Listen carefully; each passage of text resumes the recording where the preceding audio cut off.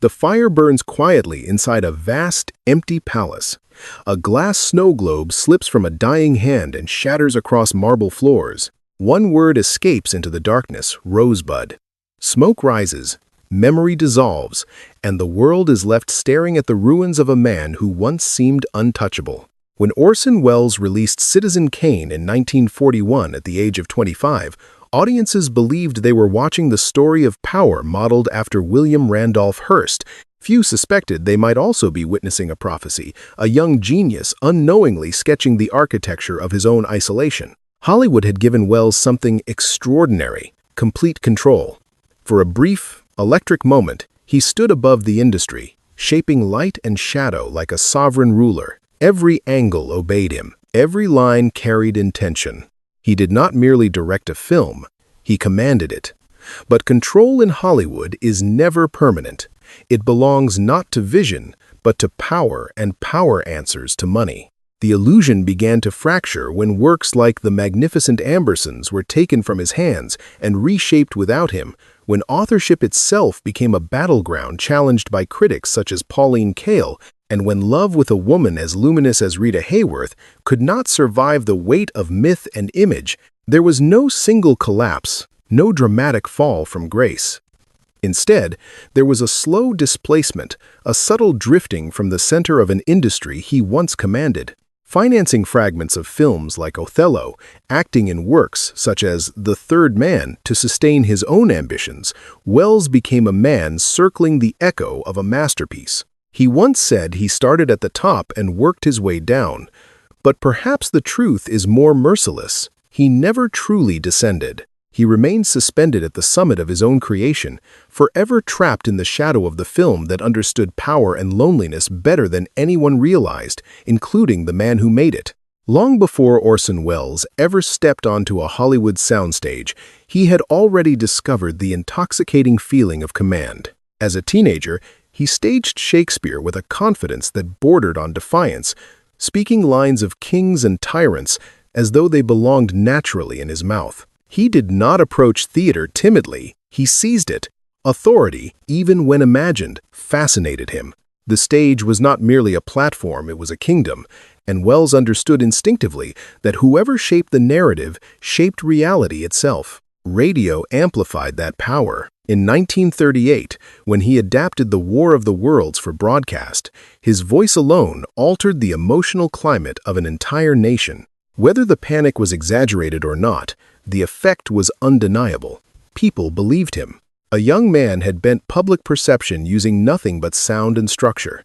In that moment, Welles learned something profound: and dangerous control over storytelling could rival control over institutions. The boundary between fiction and reality was thinner than anyone admitted. By the time he arrived in Hollywood, he did not see himself as a hopeful apprentice. He saw himself as an architect. Citizen Kane would not be directed cautiously. It would be constructed with authority. Deep focus, fractured timelines, ceilings, visible and frame techniques that defied convention were not rebellion for its own sake. They were declarations. Welles was not asking for permission to innovate.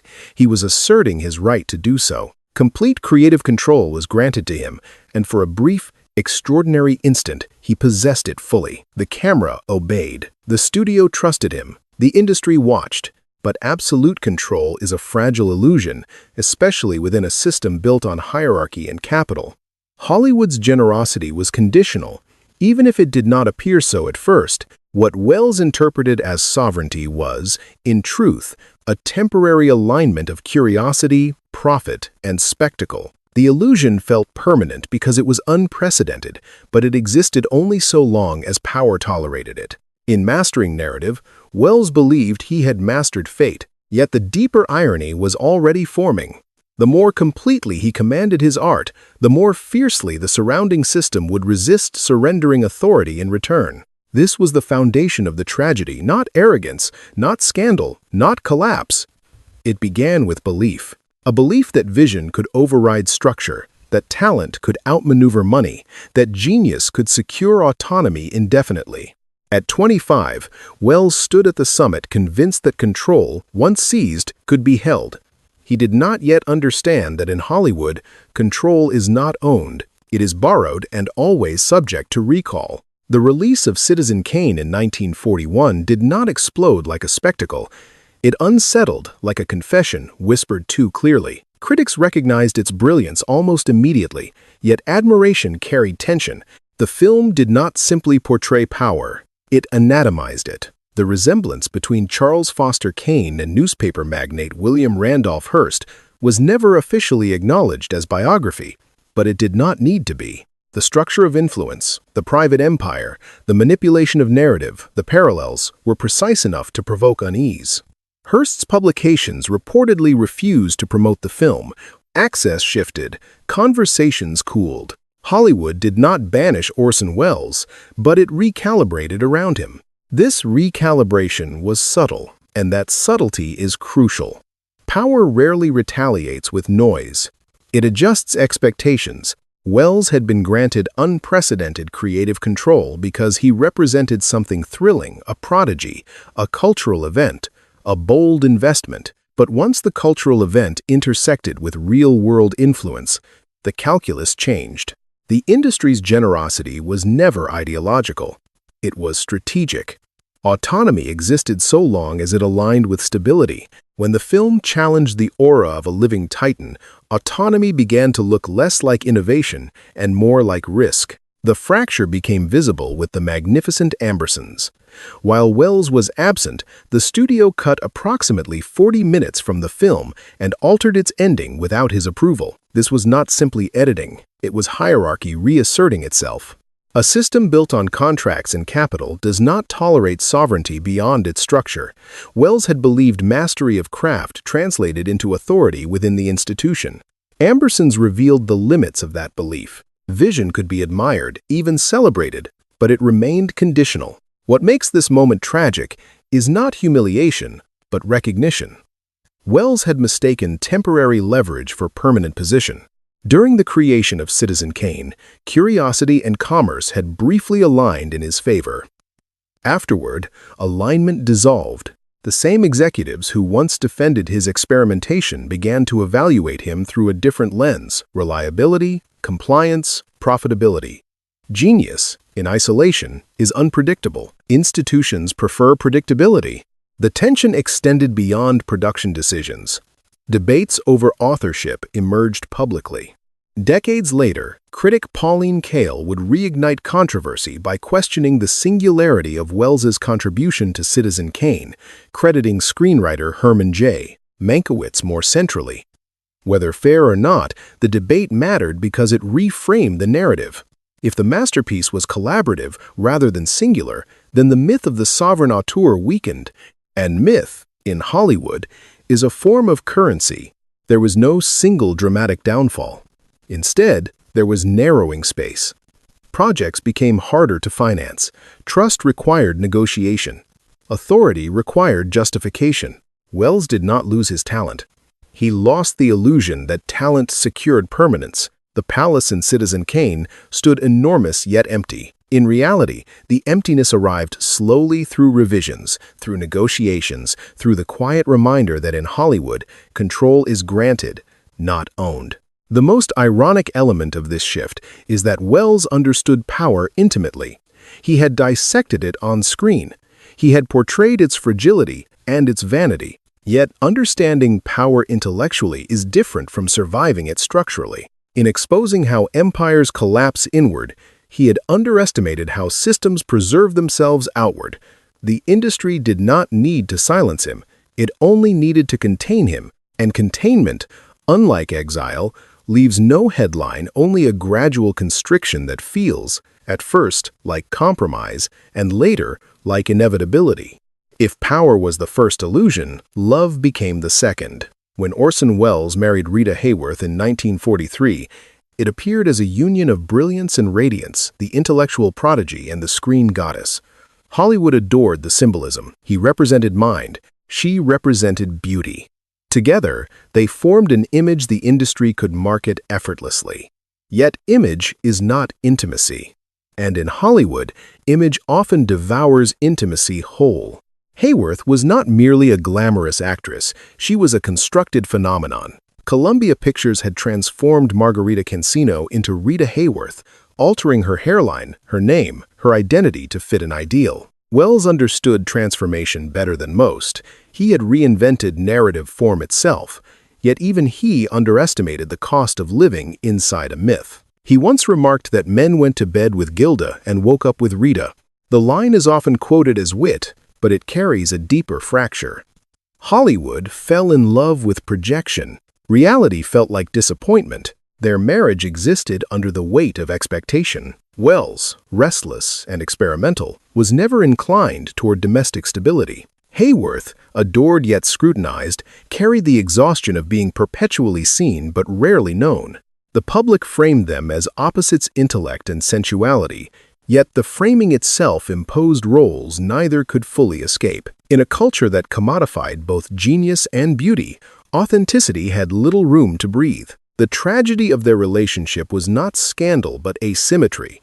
Welles sought artistic autonomy. Hayworth sought emotional recognition beyond her constructed persona. The industry rewarded spectacle, not vulnerability. When they collaborated on The Lady from Shanghai, Welles famously cut her iconic hair and darkened it, visually dismantling the golden image Columbia had carefully built. It was an artistic choice, bold and deliberate. It was also interpreted as rebellion against the studio, against expectation, perhaps even against the myth itself. The film confused audiences and underperformed commercially. The symbolic dismantling of her image mirrored the dismantling of their marriage. What makes this chapter significant is not gossip, but pattern. Welles's conflict with studios over control found an echo in his relationship with Hayworth. In both cases, he confronted systems larger than himself, corporate authority on one side, public fantasy on the other. In both cases, the systems resisted alteration. The industry preferred Rita as eternal glamour. The audience preferred Welles as untouchable genius. Neither image allowed for vulnerability, compromise, or ordinariness. By the time their marriage ended in 1947, it was less an explosion than a quiet confirmation. Two individuals had attempted to exist within and against the machinery of myth. Welles would later reflect with complexity rather than bitterness. Hayworth would endure her own battles with identity and health in the decades that followed. But in retrospect, their union reveals something essential about Welles's trajectory. He was drawn to transformation, to deconstruction, to challenging the frame. Yet every frame he challenged carried consequences. In Citizen Kane, the palace is filled with objects, but empty of connection. In life, Welles surrounded himself with ambition, projects, ideas, yet intimacy proved more fragile than architecture. Love did not fail because it lacked intensity. It failed because it existed inside an industry that confused image with essence. And once again, Welles encountered the same paradox. He could reshape narrative, but he could not fully reshape the structures that defined how others saw him or her. Exile does not always require geography. Sometimes it is a shift in proximity, a slow drifting from the center to the margins while still standing in the same room. For Orson Welles, the years after his conflicts with the studio system did not begin with a dramatic departure. They began with negotiation. Financing became fragmented. Authority became conditional. Each new project required persuasion rather than assumption. He turned increasingly toward Europe, not as an escape, but as a space where experimentation felt less constrained. There, he assembled Othello over several years, funding it intermittently with money earned from acting roles. Production halted and resumed. Costumes changed. Locations shifted. The film itself became a mosaic assembled across time rather than executed within it. This method was not romantic.